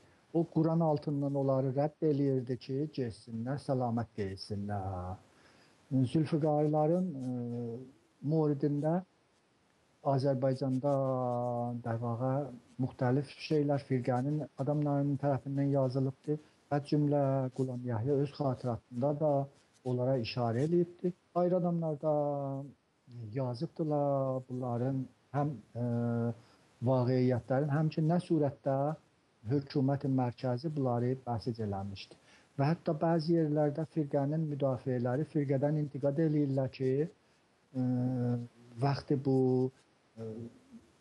dərvaqa Zülfüqarilər başladılar fədaiyan firqəyə həmlə eləməyə. Bəzi məntəqə ki, məntəqəyi firqə idi, oranı firqənin adamlarından boşaltdılar və öldürdülər bəzi adamları. Hələ firqə ümidi var idi ki, hakimiyyət bu firqənin sözünə baxacaq və verdiyi vədələrə əməl edəcək. Qavan bir tərəfdən pişəvəriyə qol verirdi ki, biz Azərbaycanın dərəmədi gömrükçüsün, Azərbaycanın özünün pişrəftinə xərc eləyəcəyik, orada intixabatı azad bərgüzar eləyəcəyik, qanuni əncümənhay iyaləti vilayətini orada icra eləyəcəyik. O yan tərəfdən Zülfüqarigilər silah verirdilər, o əfsəran ərteşdən yollayırdılar onları rəhbərlik eləməyə və onların təriqəsindən firqənin əleyhinə cəngi başlamışdılar. Yəni, firqənin bəzi rəhbərləri bu nüsxəyə təvəccüh eləmirdilər ki, mərkəzi hökumət bir tərəfdən yalancı vədələr verir, bir tərəfdən Zülfüqarları bəstici eləyir ki, firqəni nizami əməliyyatına şikəst versinlər. Maşallah bəy, mən təşəkkür edirəm. Çox sağ olun. Verilişimizdə iştirak elədiniz. Verilişimizin də yavaş-yavaş son dəyər, əlavə nəsə deyəcəksinizsə, lütfən buyurun.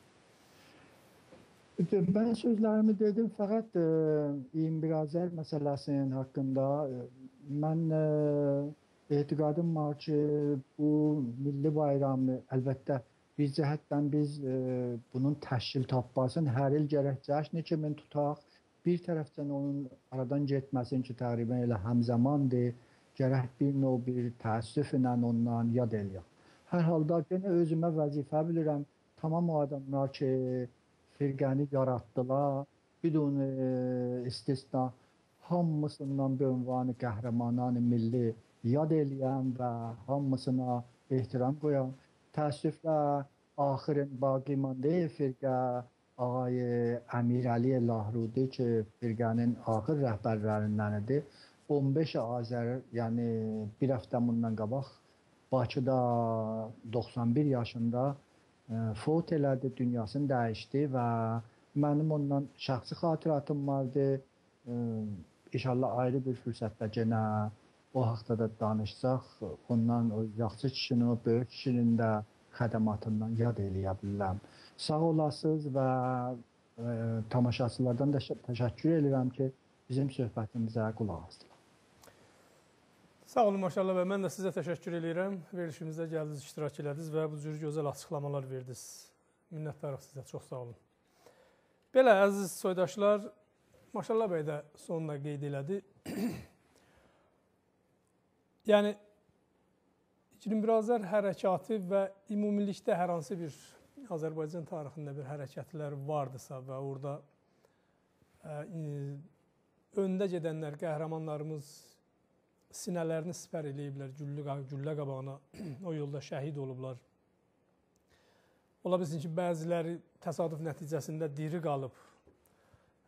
Bütün bunların hamısı canlı bizim tariximizdir, yəni Azərbaycanın tarixidir.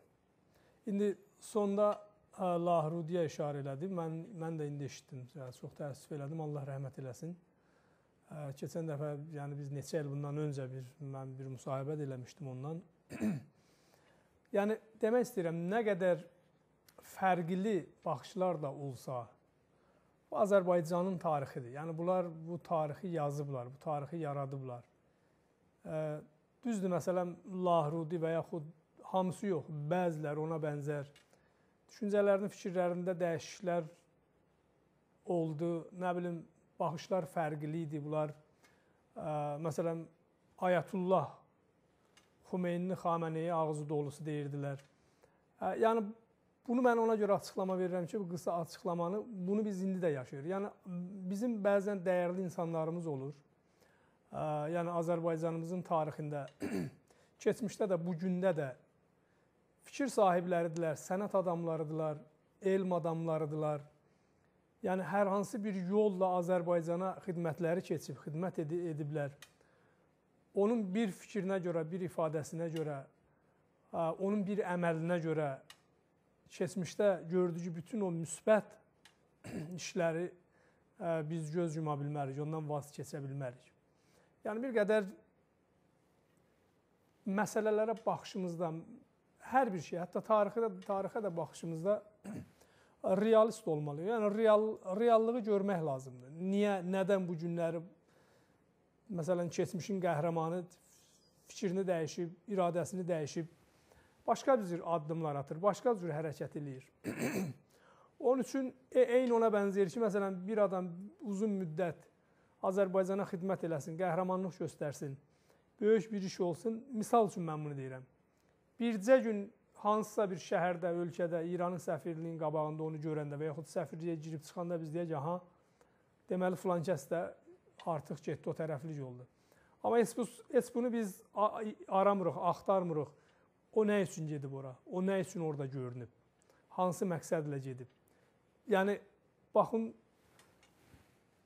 diqqət etməliyik və bu tipli kiçik bir məsələlərə görə ki, əsasən də İran dövlət səviyyəsində bundan sui-istifadə edir və bizim bir çox ziyalılarımızı fürsətdən istifadə edir. Özü, yəni bu propagandanı yayır, bu təbliğatları yayır. Ondan sonra bir qrup işə salır, onu əzirlər, dağıdırlar. Bir adam ki, məsələ, Azərbaycan üçün uzun zaman xidmət göstərib, milləti üçün xidmət göstərib və bu tipli fərq eləməz, dedim, yəni, siyasi də ola bilər, incəsənət adamı da ola bilər, nə bilim, elm adamı da ola bilər. Onun fərqi yoxdur. Yetər ki, yəni, bu məsələlərdə biz qədər diqqətli olaq və düşmən dəyirmanına da su tökməyək. Yəni, dedim, tariximizdə nə var, olduğu kimi qalmalıdır. Yəni, müsbət də olsa, mənfi də olsa. Bu, Azərbaycanın tarixidir. Milli hərəkatımızda, firqə dövrüdə, onun insanlarda, onun adamlarda çox təəssüflü olsun, yenə də deyirəm, maşallah bəy qeyd elədi ki, yəni ən sonu elə yəni əsaslarından Lahrudi idi. O da rəhmətə gedib, təəssüf eləyirik. Amma uzun ömür, yəni 90-dan yuxarı yaşamaq uzun ömür yaşamaqdır. Kifayət qədər yəni bir ömür etməkdir. Dedim, yəni hamısı tarixdir, bu tarixdə qalacaq. Azərbaycanın tarixidir. Biz demirik Pişəvəri hərəkatı da o dövr, mükəmməl Azərbaycan üçün bir hərəkat idi, hər bir şey yox. Yəni, uzun zaman, uzun uzadı danışılıb haqqında, bəlkə yenə də açılmayan məqamlar var, tarixçilər dişidir. Açacaqlar, gələcəklər, danışacaqlar, amma ortada bir faktı var, bu Azərbaycan adınadır.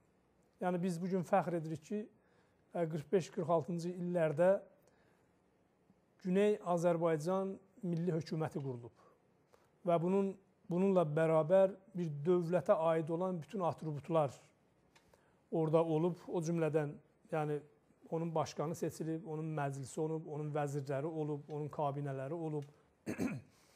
İslahatlar aparıb, maşallah bəyə hamısına bəyə işarə elədi. Bir çox yəni islahatlar həyata keçirilib, yavaş-yavaş hətta xarici əlaqələr qurmağa çalışırdılar. Amma çox təəssüf, yenə də deyirəm, çox təəssüf ki, davam gətirmədi. Çünki ona görə o davam gətirmədi ki, mənim öz düşüncəmə görə, yəni bu tarixi kitabların da yazdığı və bu qədər söhbətlərdən də belə nəticə çıxartmaq olar ki, bir iş ki, bir əməl ki, sırf 100%, yəni milli dayağı olmasa və istiqlaliyyəti tamamilə qoymasa, təbii ki, yəni o istər-istəməz ola belə vəziyyətlərə düçar ola bilər. Məsələ, Azərbaycan da bugün, Quzey Azərbaycan müstəqil bir ölkədir. Baxın, nə qədər düşmənləri var. Torpağını işğal eləyiblər, nə bilim, baskılar hər yerdən var. Rusiya bir tərəfdən, yeri gələndə Avropa bir tərəfdən, daxildə. Yəni, amma durur əyəusta. Ona görə əyəusta durur ki, müstəqildir. Əgər bu hər hansı bir federal muxtariyyət və yaxud mən hansısa ölkənin tərkibində olum deyə, bununla bir hökumət qurum deyə, o hökumət təbii ki, davam gətirməz. Yəni, bu məsələlər var. Bugün Çinin ərazisində olan, Çinin əhatəsində olan muxtar vilayət kimi fəaliyyət göstərənlər niyə müvəffəq ola bilmirlər? Elə səbəb odur. Ona görə də istiqlaliyyət tamam başqa bir şeydir. Sən istiqlal olsun, artıq kənardan müdaxilə təcavüz sayılacaq. Necə Gürcüstana, məsələn, Rusiya müdaxilə elədi, bütün dünya dedi ki, təcavüz elədi, torpağını da işğal etdi və Ukrayna ilə bağlı bu siyasət aparır, bütün dünya yəni müdafiə eləyir. İstiqlaliyyət başqa bir şeydir. Muxtariyyət deyir, daxili məsələsidir, mən qarışa bilmirəm filan və gəlir yavaş-yavaş əzib məhv eləyib dağıdırlar. İndi içəridən öz adamı ilə, bəyəm şah, indi biz deyirik, şah qoşun göndərdi. Qoşun kim idi? Hardan gəlmişdi? Onun başında duranlar kim idi? Bəyəm Azərbaycanlılar döyürdü, gəldi içəridə cəmaatı, milləti qırdı. Yəni, o fürsəti verir düşmənə ki, öz əlindən özünü qırdırtırsın. Amma müstəqillik başqa şeydir. Əgər sənin istiqlaliyyətin olsa, sənin ərazi bütövlüyün bəlli olsa, çərçivən bəlli olsa, ona müdaxilə edən yalnız xaricdən, kənardan etməlidir. Və o kənardan müdaxilələr həman görünür. Və onun adı təcavüzdür və onu müdafiə eləyənlər var. Onun yəni, leyhinə olanlar gəlir meydana, ortaya. Bu vasitə ilə də bir hökuməti, qurduğun hökuməti onu yıxmaq, məhv eləmək imkansız. Biz dünyada elə bir praktika yoxdur ki, müstəqil bir ölkəni nə vaxtsa məhv eləyiblər, dağıdıblar və aradan aparıblar, gətirib harasa və yaxud gətirib birləşdiriblər. Elə bir şey yoxdur. Hansı ölkə müstəqildir, o müstəqilliyini qoruyub saxlayır. İndi biraz kasıb, biraz ərbab və yaxud biraz sınıq, biraz salxaq. Yəni, bugün bizim Azərbaycanda da tam anlamıyla müstəqil bir ölkə demək olmaz. bayrağı var, hər bir şey var. Amma müstəqil ölkə, baxın, ona görə deyirəm, amma ayaq üstədir, durur ayaq üstə. Yavaş-yavaş o müstəqilliyə doğru gedəcək. Yəni iqtisadiyyat möhkəmlənəcək, ordu möhkəmlənəcək. Elə olanda artıq kənardan diktələr yeriməz. Sən onu elə, bunu elə, filan kəsi aradan götür, onu elə, onu dəyiş, bunu dəyiş, bu ölkə ilə rabitə qat və yaxud... Yəni, bir sözlə diktə eləmək olmaz. Onun üçün zaman lazımdır. Azərbaycan da gəlib o səthə çatacaq. Məsələn, Türkiyə səthində, Türkiyə gücündəki eləyə bilər, yeri gələndə özünün müstəqil siyasətini yürütsün və ya ayrı digər ölkələr kimi. Ona deyərlər, bu ölkə müstəqil ölkədir. Və bu da çox çətin yoldur. Yəni, bu yol çox uzun bir yoldur. Ən əsas odur ki, Quzey Azərbaycan istiqlaliyyətini əldə edib, dövlət var və qalır Güney Azərbaycanın istiqlaliyyəti və bu istiqlaliyyət labuddur, qaçırılmazdır. Yəni, bu bir xalqın, böyük bir millətin haqqı, hüququdur. Yer kürəsində əgər sayı 100 mindən az olan ölkələr varsa ki, müstəqil adlanır, müstəqil bir dövlət qrubu özünə necə 35 milyon nüfuza bir sahib və bugün İranı hər sahədə qoruyub saxlayan bir millət necə öz üçün bir dövlət qura bilməsin? Bu imkanı yoxdur, yəni belə olmasın. Bu gələcəkdə belə olacaq və biz ona görə də bugün Pişəvəri qurduğu hökumətlə biz fəxr etməliyik. Əgər əzilibsə də, əgər dağılıbsa da, yəni aradan qaldırıblarsa da, bu da bir tariximizdir. Acı tarix olur. Bu da bizim tarixdir ki, onun özünün də bir gözəllikləri var ki, insanlar ora, indiki nəsl, ora xitabən, ən azından məsələn biri mən özüm, bu efirdə oturmuşam, bu günləri danışıram. O edamları görəndə, o ziyalılarımız ki, gəliblər, tökülüblər, qırıblar, bunları görəndə, o kitablarımızı ki, gətirib oturub, töküblər xiyabanlarda, yandırıblar. Yəni, zülmü ki, Azərbaycana bunlar ediblər, o filmlərdə, o tarixlərdə biz oxuyuruq, görürük. Mənim nifrətim o Fars hakimiyyətinə bugünkü ki, fərq eləməz, onların elə Pəhləvi sülaləsinin davamı kimidir. Yəni, əməldə də bunu göstəriblər. Yeri gələndə hamısı da bunların, yəni, şovinistlər bir yerə, araya gəlir, birləşirlər. Yəni, bunlara nifrətim qat-qat artır. Mən bilirəm ki, əminəm ki, %100 bütün Azərbaycanlılar belədir. Bütün Azərbaycan türkü nifrətlə, yəni nifrət gözü ilə baxır. Yəni bu, ən azı bu nifrəti də bizə qazandırır ki, biz onlara öz sözünü deyək və öz mövqeyimizi göstərək. Bunu demək istərdim. Mən təşəkkür edirəm. Bir daha təbrik edirik Milli Hökumətin yaranmasını. 69-cu il, yəni böyük bir tarixdir. Sabahları Güney Azərbaycan istiqlaliyyətini nə vaxtsa əldə etsə, onun tarixi o gündən başlamayacaq. Yəni, bu bizim tarix 69 ildir, yəni Güney Azərbaycanın hökuməti var. Əlbəttə, biz Pişəvəri dövrünü götürürük və Maşallah bəy də dedi, yeri gəlmişkən, yəni vaxt gələr xiyabanı haqqında da, xiyabanı hərəkatı haqqında da böyük geniş söhbətlər olar. O da böyük bir tarix yaratdı Azərbaycanda, amma bu hökumətlə hələlik, yəni hardasa 70 ilə yaxın bizim dövlətçiliyin tarixi var. Yəni, dünən qurulmayıb və sabah qurulacaq, elə sabahdan onun tarixi başlamır. Təşəkkürlər, sağ olun. Növbəti verilişdə yenə biz görüşəcəyik, sağ-salamat qalın. Xəbərlər də baş-başa buraxırıq, hələlik.